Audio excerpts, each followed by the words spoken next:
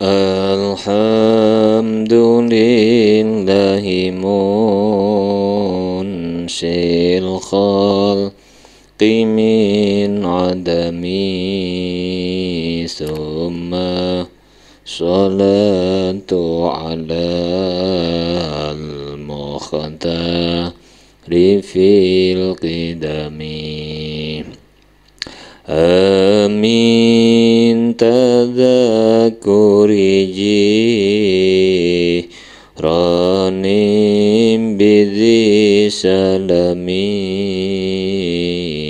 majaj tadam anjaro mimuk latim bidami amhabatir rihumin tilqai kadimatin wa awmadhal barku fi dhalma imin idami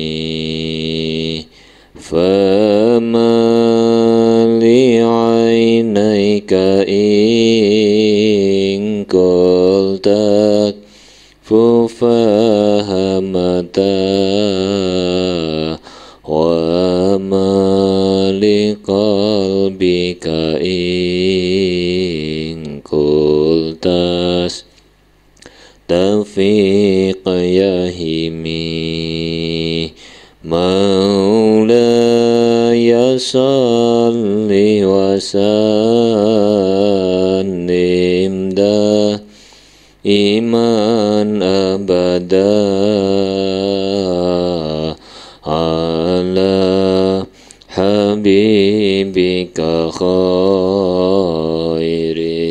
khalqi kullihimi huwal habibul ladzi turja syafa'atuhu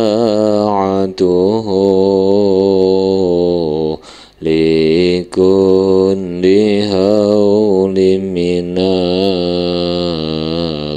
ahwa limuqtahami ya rabbi bil mustafa baligh maqasidana waghfir lana ma madha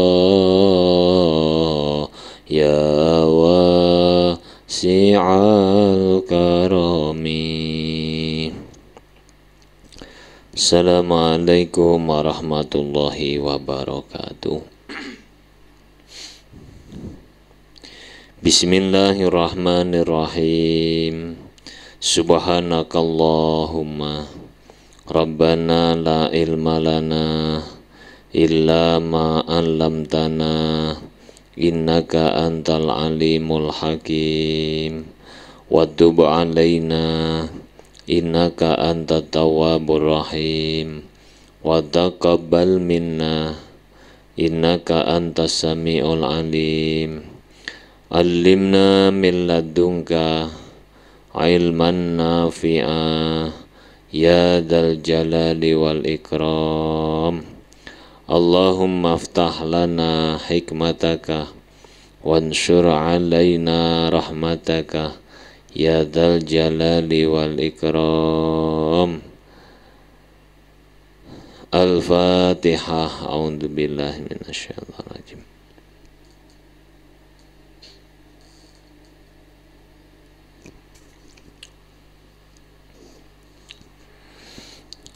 Bismillahirrahmanirrahim. Alhamdulillahi rabbil alamin. Wassalatu wassalamu ala ashrafil anbiya'i wal mursalin Sayyidina wa maulana Muhammadin wa ala alihi wa sahbihi ajma'in. Qala al-mu'allif rahimahullahu ta'ala wa naf'ana bihi wa bi'ulumihi wa amaddana bi asrarihi wa ada alaina bi barakatihi amin ya rabbal alamin. Bismillahirrahmanirrahim.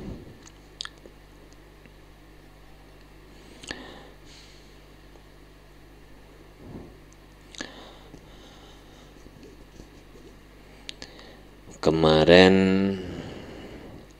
membahas tentang hukum jaiz akli. Contoh jaiz akli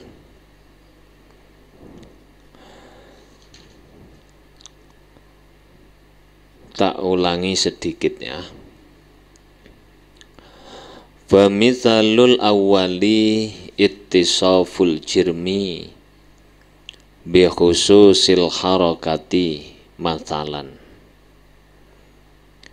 Fa innal akla yudriku ibtidaan sihata wujudiha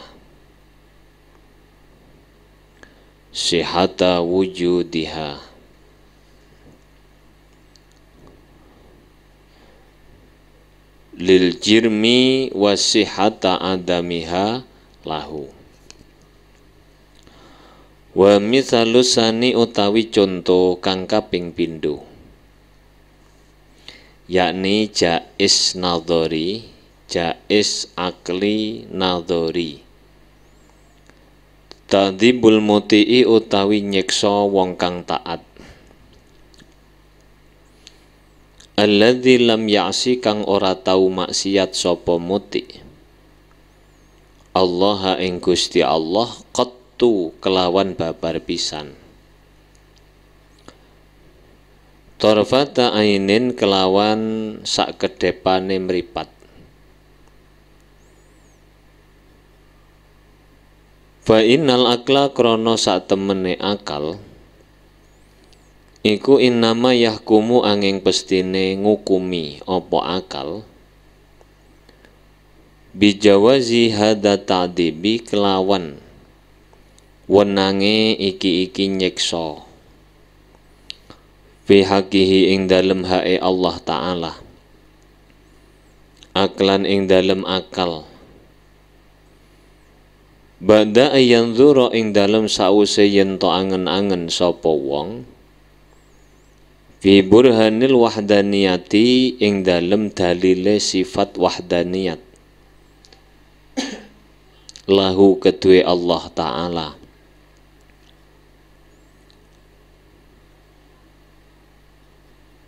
wa ya'rifalan ing dalem sause yen to weruh sira annal af'ala ing satemene pira-pira perbuatan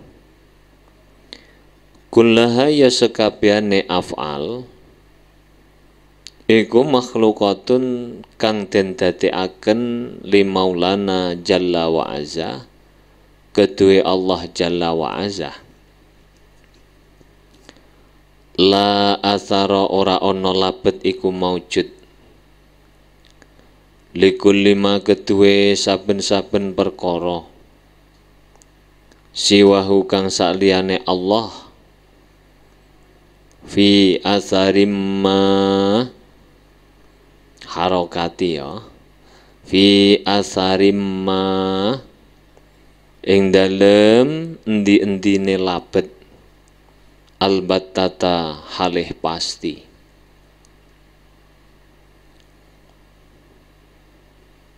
fayalzamu mongko tetep min dzalika saking mengkono-mengkono jawazu hadat ta'dibi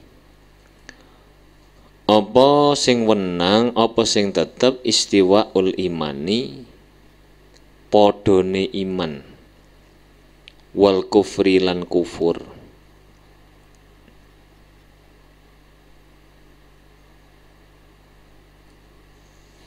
podone iman wal kufri lan kufur wa ta'ati lan taat wal maksiati lan maksiat aklan ing dalem akal. Wa anna kulla wahidin lan sak temene saben-saben siji min hadhihi kang tetep saking iki istiwaul iman wal kufri ila akhirih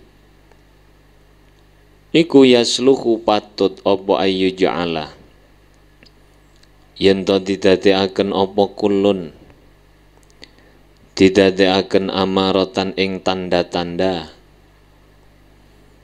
alama ing atase perkara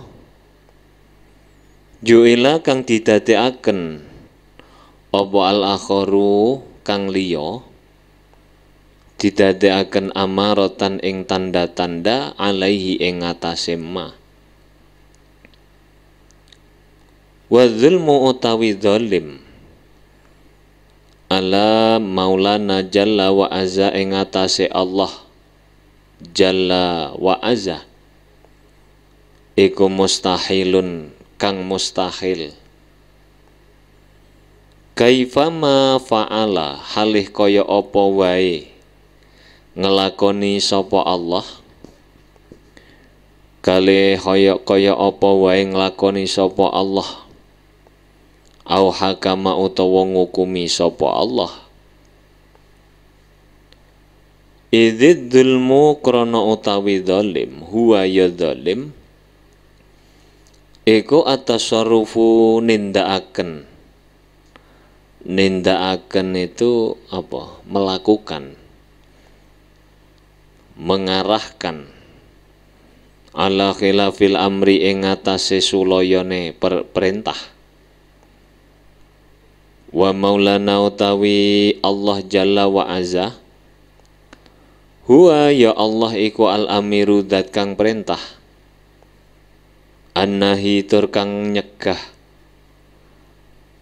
al mubihi dat tur kang menangaken zat yang memperbolehkan fala amra mongko ora ana perintah iku maujud wala nahyalan ora ana larangan iku maujud yatawajjahu kang madhep apa amru wan nahyu madhep itu maknanya mengarah ilaihi maring Allah miman saking zat siwahu kang saliyane Allah idza kullu makrono utawi sekabehane perkara siwahu kang saliyane Allah iku mulika den miliki apa ma lahu kedue Allah jalla wa ala la yubdi'u kang ora mujudaken sapa Allah ora mujudaken syai'an ing suwiji-wiji wala yu'idu lan ora den balekaken apa syai' wala asara lan ora ana labet iku maujud lahu kedue Allah fi syai'in ing dalam suwiji-wiji albatata halih pasti wala syarikalan ora ana kang nyekutoni iku maujud lahu kedue Allah Ta'ala fi mulkihi ing dalem kekuasaane Allah Ta'ala wala yus'alu lan ora den takoni sapa Allah ora den takoni amma saking perkara yaf'alu kang nglakoni sapa Allah ing ma dah.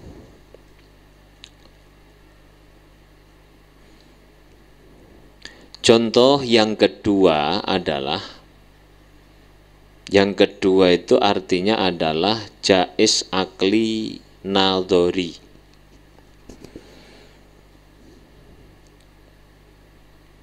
Menyiksa orang-orang yang taat kepada Allah yang sama sekali tidak pernah berbuat maksiat kepada Allah sekejap mata pun. Jadi Allah itu menurut akal kita boleh-boleh saja menyiksa orang yang taat kepada Allah. Bahkan orang yang tidak pernah berbuat maksiat sekejap mata pun boleh. Atau boleh-boleh saja bagi Allah memasukkan orang yang maksiat ke dalam surga, meskipun dia tidak pernah ibadah sedetik pun kepada Allah. Allah tetap boleh memasukkan orang tersebut ke dalam surga. Ini menurut akal ya. Menurut akal boleh. Kenapa Pak? Kok boleh Pak?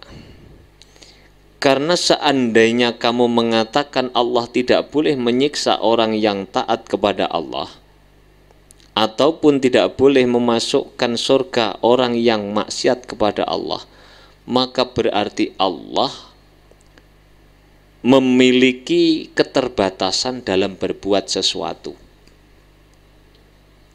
Kalau Allah memiliki keterbatasan berbuat sesuatu, berarti Allah memiliki sifat al-ajzu, lemah.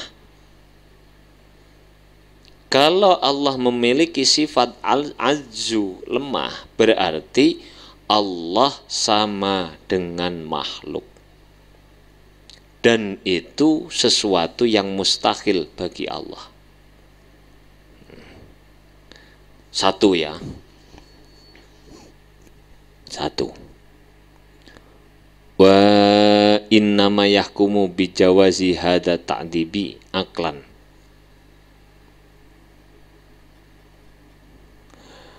Kita bisa menerima argumentasi seperti ini itu setelah berpikir ayyanzura fi burhanil wahdaniyatihi lahu.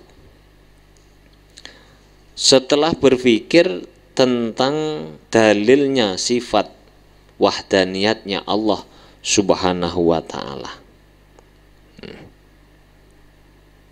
Bagaimana urutan dalilnya? Wa huwa ayyuqala, sampean lihat di dalamnya ya.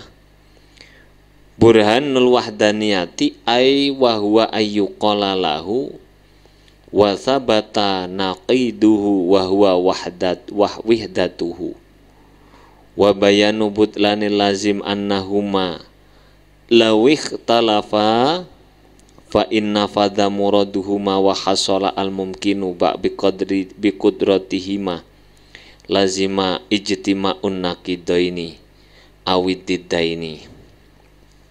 Sudah, tidak usah saya baca terus. Bahwa andai kata ada Tuhan selain Allah, ya, ada Tuhan selain Allah,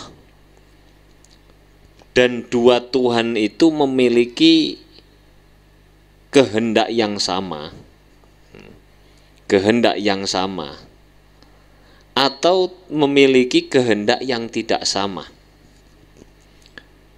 maka kalau tidak sama berarti dua Tuhan itu berselisih kehendak. Yang satu ingin mewujudkan dunia, Tuhan yang lain ingin menghancurkan dunia, atau sebaliknya.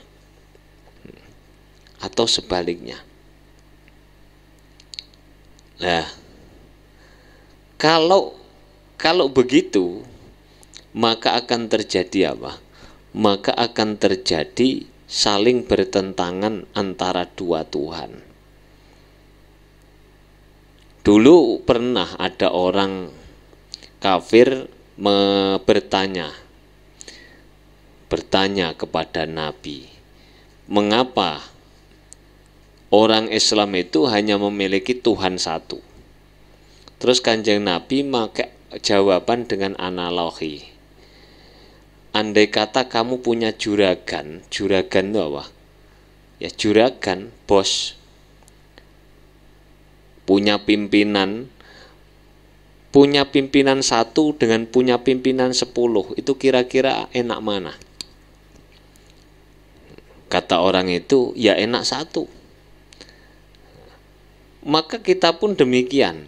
andai kata kita punya Tuhan 10, satunya perintah sholat 5 waktu, satunya mengatakan 10 waktu, satunya mengatakan 100, satunya lagi mengatakan 200. Terus kamu sholat berapa kali? Oleh karenanya tidak dapat diterima akal Tuhan selain apa? Tuhan selain satu itu tidak dapat diterima oleh akal kita. Jadi kita repot sendiri kalau punya Tuhan banyak. Tuhan kita hanya satu, yakni Allah.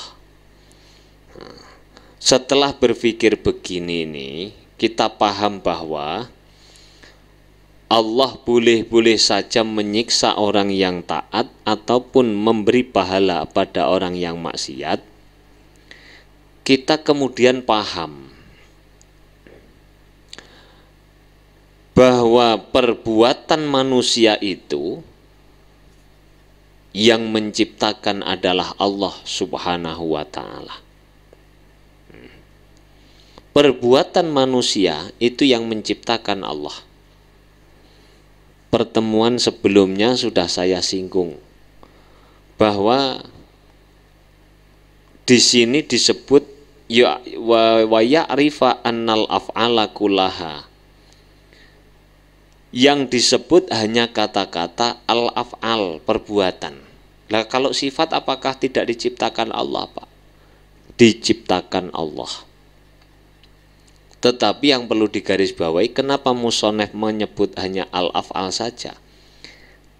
Ini adalah karena yang diperselisihkan antar umat Islam hanyalah perbuatan. Kalau sifat tidak diperselisihkan. Jadi sifat baik atau buruk itu juga diciptakan Allah. Perbuatan kita yang baik atau perbuatan kita yang buruk itu juga dari Allah Subhanahu wa ta'ala. Ya. Jadi orang ahli sunnah wal jamaah itu keyakinannya lain lagi dengan Mu'tazilah. Mu'tazilah itu mengatakan perbuatan manusia yang bersifat ikhtiyari itu diciptakan oleh manusia itu sendiri. Kebalikan dari kaum Jabariyah. Mereka mengatakan bahwa seluruh perbuatan manusia itu diciptakan oleh Allah Subhanahu wa ta'ala tanpa keterlibatan manusia sama sekali. Itu Jabariyah. Nah, kita ahli sunnah tidak mengarah kepada Qadariyah atau Mu'tazilah atau mengarah kepada Jabariyah, tetapi kita mengatakan perbuatan ikhtiyari manusia itu yang menciptakan Allah Subhanahu wa ta'ala. Kalau perbuatan baik dan buruk kita yang menciptakan Allah Subhanahu wa ta'ala, berarti Allah ya boleh-boleh saja loh membalas atau tidak membalas. Tadi ada kurangnya sedikit ya. Perbuatan manusia ikhtiyari diciptakan Allah, tetapi masih melibatkan usaha manusia. Ini keyakinan ahli sunnah wal jamaah. Dia yang menciptakan Allah tetapi melibatkan manusia dengan al-kasbu atau usaha itu. Sudah titik, ini sudah saya singgung di pertemuan sebelumnya.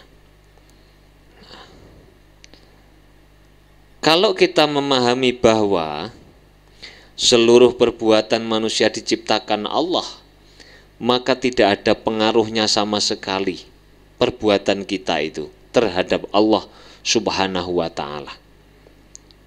Artinya baik iman ataupun kufur, maksiat atau taat, itu tidak akan berpengaruh kepada Allah Subhanahu wa ta'ala.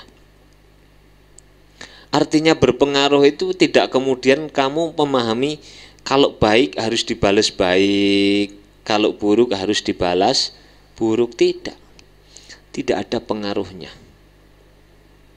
Sampai dikatakan andai kata seluruh dunia ini manusia taat kepada Allah tidak akan menambah derajat kemuliaan Allah.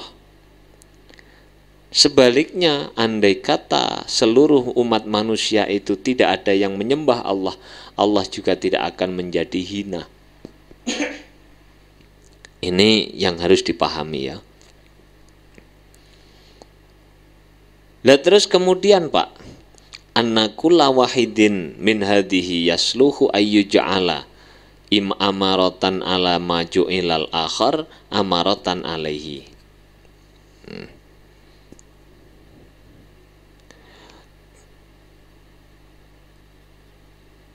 Dan dari sini terpastikan bahwa masing-masing dari maksiat, kufur, taat atau iman pantas untuk dijadikan sebagai tanda-tanda untuk menerima siksaan atau menerima pahala. Hanya sebagai tanda ya. Selain dijadikan sebagai yang selainnya dijadikan sebagai tandanya. Artinya begini, Nabi pernah mengatakan i'malu fakullun muyassarun lima khuliqalahu. Beramallah, beribadahlah, semua itu nanti kamu akan dimudahkan kemana kamu akan dikembalikan. Artinya misalnya kita melakukan ibadah, melaksanakan perintah, ya, menjauhi larangan. Ini adalah sebuah tanda-tanda bahwa nanti kamu akan dikembalikan di tempat yang baik. Sebaliknya kalau kita melakukan maksiat, menerjang larangan, itu adalah sebuah tanda-tanda bahwa kita nanti akan dikembalikan di tempat yang buruk. Bukan kepastian, hanya sebuah tanda. Gak ono sing mesti iku. Gak ono sing mesti. Banyak diceritakan dari kisah-kisah orang yang sejak kecil tidak pernah ibadah sama sekali. Di akhir hayatnya dia ditakdir Allah bisa mengucapkan kalimat syahadat dan meninggal dunia dalam keadaan husnul khotimah. Keyakinan ahli sunnah wal jamaah di sini ini boleh-boleh saja orang itu masuk neraka atau masuk surga. Terserah Allah, tidak ada kepastian harus masuk surga, enggak. Harus masuk neraka terlebih dahulu. Harus itu siapa yang mengharuskan? Enggak ada. Dalam Quran, dalam tafsir-tafsir seperti Ibnu Katsir juga disebut ada orang yang di zamannya Nabi Musa, ya, namanya siapa? Namanya siapa? Siapa ya? Kok lali jenenge? Zamannya Nabi Musa itu ada orang yang diberi Allah kehebatan, ilmunya mendalam, doanya mustajab, tidak pernah maksiat. Tapi oleh Allah Ta'ala di akhir hayatnya, na'udzubillah min dalik, mati dalam keadaan su'ul khotimah. Bal'am bin Ba'ura itu namanya, ya. Bal'am bin Ba'ura itu Masya Allah luar biasa. Tapi di akhir hayatnya oleh Allah ditakdir mati keadaan su'ul khotimah. Terus kemudian misalnya kamu berpikir kalau demikian adanya Pak, Allah tidak adil. Kalau demikian Allah tidak adil alias dolim. Di sini di dalamnya itu coba disemak ya. Dijadikan tanda, kemudian kalau kamu berkata begitu Allah berarti dolim. Kita perlu ngerti maknanya dolim. Imam As-Suyuti mengatakan, "Adzulmu huwa may yatasarrafu fi milki ghairihi bima lam yu'dzan lahu fihi." Yang disebut dengan kedoliman itu adalah mengarahkan, menggerakkan, memakai sesuatu milik orang lain tanpa seizin orang yang memiliki benda itu. Misalnya kamu pakai sepeda motornya teman kamu tanpa izinnya, itu namanya dolim. Kamu memakai sandalnya teman kamu tanpa izin, itu namanya dolim. Nah, itu definisi dolim yang disampaikan oleh Imam As-Suyuti. Kemudian Imam Ad-Dasuki mengatakan begini, kalau mendefinisi dolim seperti itu, menggunakan atau mentasarufkan milik orang lain tanpa seizinnya, semua yang ada di bumi ini adalah milik Allah Subhanahu wa ta'ala. Kalau semuanya milik Allah Subhanahu wa ta'ala, maka berarti apapun yang akan dikerjakan, apapun yang akan ditetapkan oleh Allah, terserah Allah, karena ini semua adalah miliknya Allah. Paham sampean? Lelek kapane pulpen itu pulpen kamu sendiri, terserah kamu buat nulis, monggo. Kamu buat nyundui sate, monggo. Kamu buat main-mainan, ya monggo. Wong itu milik kamu. Beda lagi kalau pulpen itu milik orang lain, tanpa sepengetahuan pemiliknya, kamu namanya dolim. Nah, kalau manusia ini milik Allah, maka berarti terserah Allah akan berbuat apapun. Disinilah Nabi tadi mengatakan, ikmalu fakulun muyassarun lima khuliqalahu. Karena kalau kamu tidak mendengar hadis ini, kamu akan mengatakan begini, kalau kita ditakdir Allah bagus masuk surga, ya meskipun kita maksiat akan tetap masuk surga. Atau dibalik, percuma saya ibadah, nanti kalau saya masuk neraka takdirnya ya pasti neraka. Sudahlah, kita ndak usah ibadah, tunggu saja keputusan Allah. Sudahlah, kita lakukan maksiat saja, keputusan tunggu dari Allah. Kalau baik ya tetap baik, atau buruk ya tetap buruk. Disinilah Nabi kemudian mengatakan, ikmalu fakullun muyassarun lima khuliqalahu.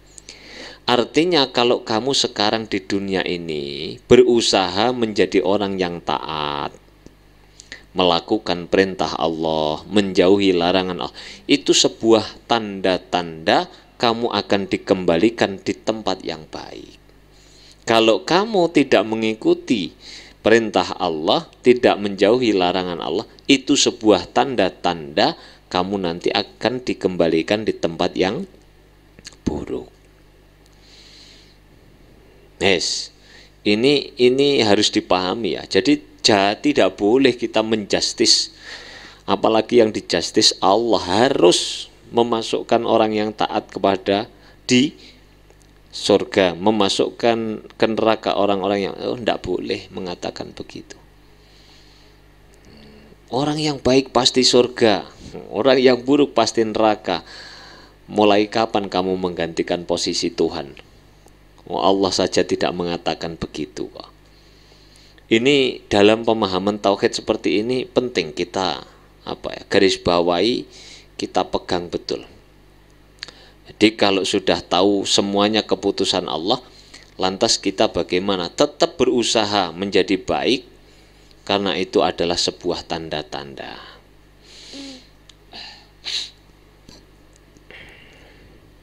Sehingga kalau memahami begini ini, kamu masuk surga, itu tidak merasa bahwa yang bisa memasukkan kamu ke dalam surga adalah ibadahmu. Ataupun kalau kamu masuk neraka, yang memasukkan kamu ke neraka bukan dosamu. Lantas siapa, Pak? Kalau kamu masuk surga karena kehendak Allah, kalau kamu masuk neraka juga karena kehendak Allah. Sudah, kita ini tenang kalau begitu ya. Saya berusaha baik, keputusan tinggal di dalam kekuasaan Allah. Itu pertama. Jadi Allah tidak boleh disebut dolim kepada makhluk. Karena apa? Karena semuanya milik Allah. Satu. Yang kedua alasannya, Wa maulana jalla wa azza wal amir an-nahi al-mubih fala amra wala nahya yatawajahu ilaihi mimman siwahu. Allah itu adalah zat yang memberikan perintah, melarang sekaligus memperbolehkan. Sehingga tidak ada perintah ataupun larangan yang boleh diarahkan kepada Allah dari selain Allah. Misalnya kita mengarahkan perintah, Allah harus memasukkan orang yang taat ke dalam surga. Itu namanya perintah kamu kepada Allah. Tidak boleh ada perintah yang diarahkan kepada Allah. Wong Allah yang memerintah. Seperti begini loh, contoh yang mudah ya, saya membaca kitab.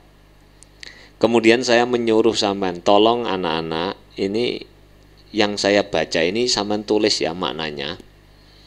Yang saya terangkan ini tolong catat di bukunya masing-masing. Itu berarti saya kan sedang memerintah. Yang diperintah siapa? Siswa. Kemudian kamu mengatakan, Pak Tony ndak adil. Kenapa kok saya ndak adil? Sampean nyuruh-nyuruh anak-anak nulis sementara sampean sendiri tidak nulis. Loh, saya itu tidak terkena taklif dari perintah saya sendiri. Atau kalau saya melarang, jangan guyon, jangan rame, jangan ngomong. Padahal saya di depan kelas ini ngomong terus. Apakah saya dengan demikian zalim? Tidak. Tidak. Jadi kalau Allah itu boleh merintah kita, kita tidak boleh merintah Allah. Allah melarang kita, kita tidak boleh melarang Allah. Dah ini kalau dipanjangkan ya panjang, tapi kalau dianggap cukup ya cukup. Sudah bisa tangkap maksudnya. Fasaha nulisah idan ing dalem nalikane iki. Fasaha nulisah apa idan ing dalem nalikane iki apa? Idzan ing dalem nalikane iki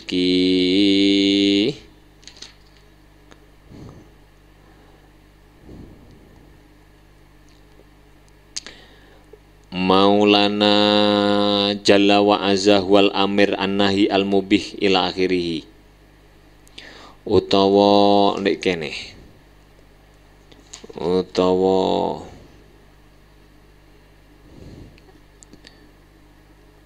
utawa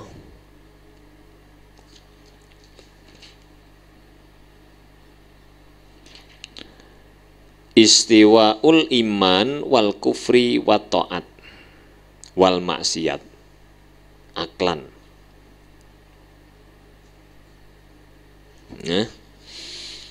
Yudraku ditemu apa yudriku apa ayudrika ngono yen to nemu apa al aklu akal, nemu likulin maring saben-saben siji minal mukmini saking wong mukmin, wal kafiri lan wong kafir, wal muti lan wong kang taat, wal asilan wong kang maksiat, sihata wujudis sawabi ing sae onone ganjaran, wal iqabilan onone seksa, au adamihi ma utawa ora onone sawab wal iqab,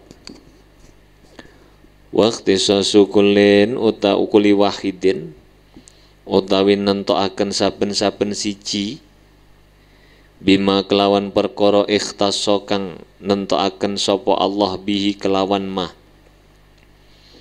min dzalika kang tetep saking sawab wal iqab au adamihima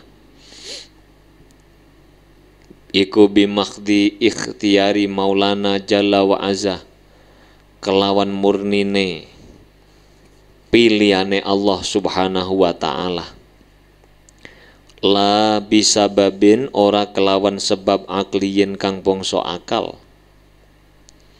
fatak tadi mongko nuli natrapi apa sebab zalika ing mengkono ikhtisas Dzalika ing mengkono-mengkono ikhtisos.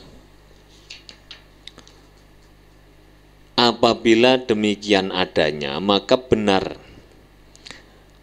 akal dapat menerima atau memahami keabsahan wujudnya pahala dan wujudnya siksaan, atau tidak adanya pahala atau siksaan itu.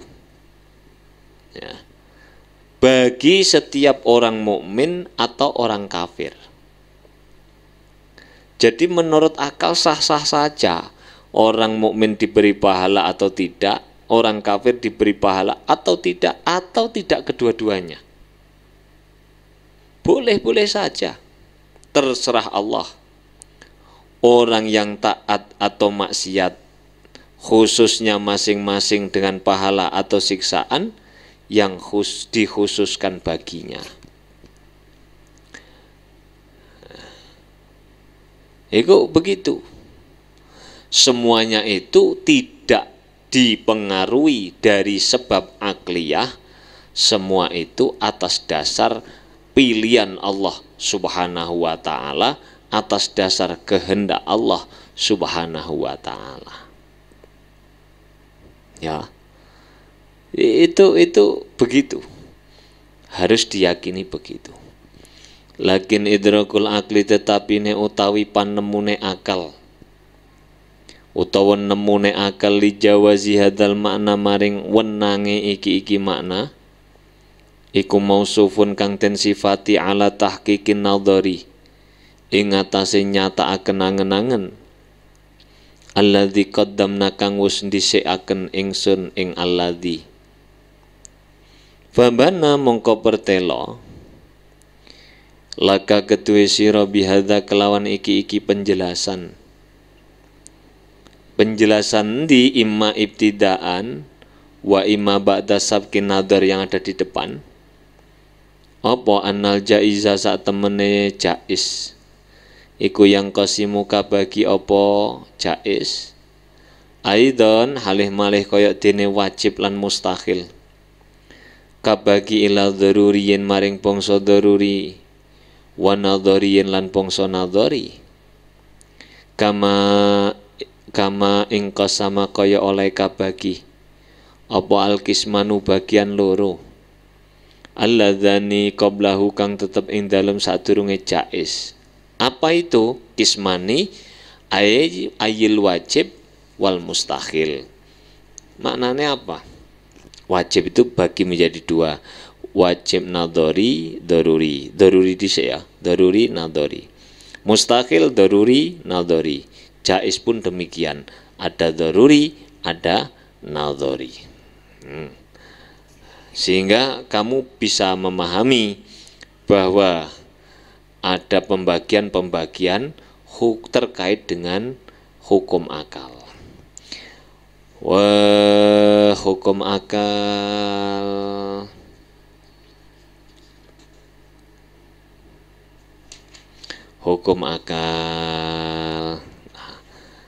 Dah, tadi saya ulangi lagi sekali lagi ya. Saya tegaskan kembali bahwa dalam memahami hukum jais akli nadhari ini, contohnya adalah menyiksa orang yang taat, yang tidak pernah maksiat, atau memasukkan surga orang yang tidak pernah taat sama sekali kepada Allah. Itu boleh-boleh saja, sah-sah saja menurut akal kita. Kenapa? Karena kita dan perbuatan kita yang memiliki dan yang menciptakan adalah Allah. Kalau Allah yang memiliki dan menciptakan, maka apapun yang akan diperbuat terserah Allah. Itu namanya bukan dolim. Dolim itu hanya berlaku untuk kita. Ya, kita tidak melaksanakan perintah itu dolim, karena diperintah tidak mau laksanakan. Karena Allah tidak menerima perintah dari yang lain, juga tidak boleh dilarang oleh yang lain, maka Allah tidak terkena kata-kata dolim. Contohnya lagi satu gampang, kita dilarang Allah membunuh manusia tanpa hak, tidak boleh tak? Tapi ternyata Allah membunuh bukan hanya 1-2 orang, bahkan langsung jutaan bisa. 2004 itu ada tsunami di Aceh. Hari Ahad jam 8:30 pagi, saya masih ingat betul itu. Itu bukan hanya 1-2 orang yang dibunuh Allah, ratusan ribu, Pak. Di seluruh dunia, di Jepang juga, di Thailand, di Brunei, semua terkena imbasnya dan banyak yang terbunuh, mati. Apa kemudian Allah dengan mematikan banyak orang seketika itu zalim? Tidak, terserah Allah. Nalar ya, nalar kan? Ya begitu, banyak contoh yang lain. Jadi Allah tidak menerima perintah, Allah tidak menerima larangan, terserah Allah mau apapun. Wala yus'alu amma yaf'alu, Allah tidak boleh ditanya kenapa berbuat ini, kenapa berbuat itu, dan lain sebagainya. Itulah namanya Allah memiliki sifat wahdaniyat atau independensi. Bahasa ngono kok angel bener. Independensi ya. Independen, independen. Ndak dipengaruhi apapun. Itulah letak kehebatan Allah sebagai Tuhan kita. Kalau kita kan dipengaruhi oleh faktor lain, kalau Allah tidak sama sekali. Wallahu khalaqakum wa ma taf'alun, wallahu yaf'alu ma yurid. Rabbi fanfa'na bi barakatihim wahdinal khusna bi hurmatihim wa amitna fi tariqatihim wa mu'afati minal fitani. Rabbi fanfa'na bi barakatihim wahdinal khusna bi hurmatihim wa amitna fi tariqatihim wa mu'afati minal fitani. Rabbi fanfa'na bi barakatihim wahdinal khusna bi hurmatihim wa amitna fi tariqatihim wa mu'afati minal fitani. Bismillahirrahmanirrahim. Allahumma inni astaudi'uka ma 'allamtanihi wardidhu ilayya inda hajati ilaihi wa la tunsinihi ya rabbal alamin. Al-Fatihah.